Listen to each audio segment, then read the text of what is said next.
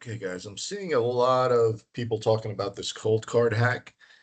And even though it's an unpopular opinion, I would say that it's better to create your own custom seeds in cryptocurrency than allow the software or hardware device to give you a 12 or 24 word seed. And it's really simple to do. And I'm going to show you how to do that in this video. This has always been frowned upon since the beginning because Uh, the fear was that people were not going to create passphrases that were complex enough. But if you make a complex enough passphrase and you follow some of the steps that I'm going to show you, uh, I think there's very little chance that anybody hacked you. So the first thing you're going to do is you're going to download either Notepad++, well, both Notepad++ and this BIP39 tool, which is up on GitHub under Ian Coleman's repo. Download that to a PC that you can take off the internet permanently. Once those are downloaded on a PC, take it off the internet and follow these steps. So in Notepad, create a very complex password. So this would not be considered a very complex password, even though it is very long and complicated. So something like this I would not use because even though, right, it's got a ton of words in it and it's pretty lengthy, um, it forms an actual sentence. So this is something that I would assume AI or even a person might even think of and could, you know, uh, could probably hack. So now the steps that I'm going to take you through will make it unlikely that this will be hacked, but um, try to make it truly random. I would make sure that there's at least 12 or more words and ensure that they are truly random. So, I'm just going to type in 12 random words here.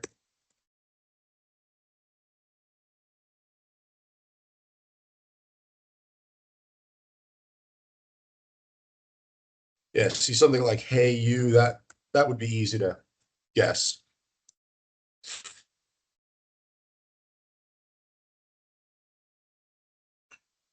So make sure you've got at least 12 words here.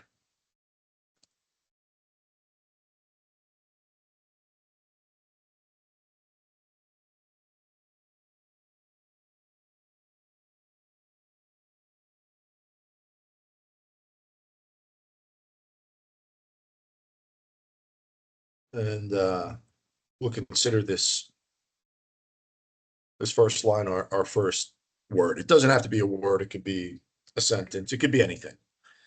So make sure it's at least 12. It can be more than 12. It could be 13.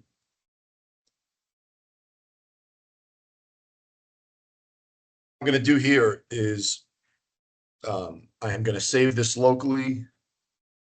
I'm going to make a backup of it on a USB device that will never, ever go into a computer again unless I lose this phrase. And then I'm going to create a hash of this. So let's say you could choose any of these hashes, MD5, SHA-1, 256, or 512. 512 to start is probably your best bet, just because of the number of characters and potential more randomness that you're going to get.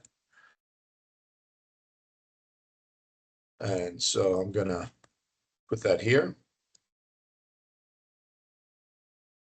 And you see we've got a 250, 512 hash here. So I'll take that, I'll put that in here. And then what I would do here is add even more randomness. So now we're taking the hash of our initial password. Then we're taking that hash and adding even more randomness to it. So now we have a second hash. Okay. And again, you have to save this not only locally on the computer that's never going to touch the internet, but also on your USB drive. I always recommend at least 2 treasures so that if one treasure goes dead, your other treasure is live and ready to go without you having to go through all these steps. So we'll copy this to the clipboard. Come over here to Ian Coleman's BIP39 tool. We want 12 words, show entropy. And make sure you copy in this hexadecimal hash of the second hash that we did. Yeah, what I'm going to do here is I'm going to take out that last character just to throw people off, and then maybe add some other characters like ABC. Again, keep a copy of the entropy that you've actually entered, save it locally on the computer that's never going to touch the internet, and also on a USB device. Okay, and we're going to use 12, we want 12 words. So here's our new BIP33 mnemonic. This is our custom seed phrase. And then you could either do it here. I mean, it's preferable to do it on the device like the Trezor. But in addition to your BIP39 mnemonic, you also want a BIP39 passphrase. I know wallets like Cake Wallet present you with the option to enter a BIP39 passphrase. Obviously, the Trezor does. So now, right, you have your custom 12-word mnemonic, and then you can also add your own BIP39 passphrase on the Trezor.